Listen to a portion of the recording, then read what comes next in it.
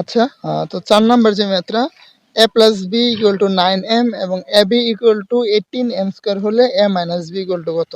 তো আবারও যেহেতু এখানে a মাইনাস b দেওয়া আছে, আমরা এখান থেকে শুরু করব। মানে যেইখানে ওরা সমস্যা তোমাকে দিবে, তুমি ওইখান থেকে সলভ করাটা শুরু করবা। তো আমরা এটা স্কোয়ার করে ফেলবো। আর একটা সূত্র আছে যে a minus b whole square equal to a plus b whole square minus 4ab। এই সূত্রগুলা তোমরা মুখস্থ করে নেবা খুব ভালোভাবে, ওগুলো অনেক বেশি কাজে লাগে। তো আমরা জানি a minus b whole square equal to a plus b whole square minus 4ab, এবং তারপর আমরা জাস্ট মানগুলো বসায় দিব 9m minus 4 into 18m square.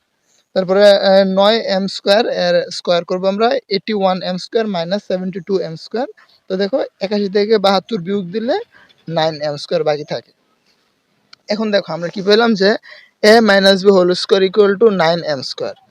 তো এখন আমরা কিন্তু রুট করে দিলেই বাট সিম্পলি আমাদের সমাধান হয়। তো আমরা যদি এখন রুট করে দিই তাহলে কিন্তু সিম্পলি আমাদের ম্যাথটা সলভ হতেছে। তো a minus b equal to root 9m square equal to plus minus 3m। আবারও বলি, খুব খেয়াল করে এখানে প্লাস মাইনাস গুলা দিবা, হয়তো কিন্তু অনেক সময় টিচার মার্ক কেটে দিতে পারে।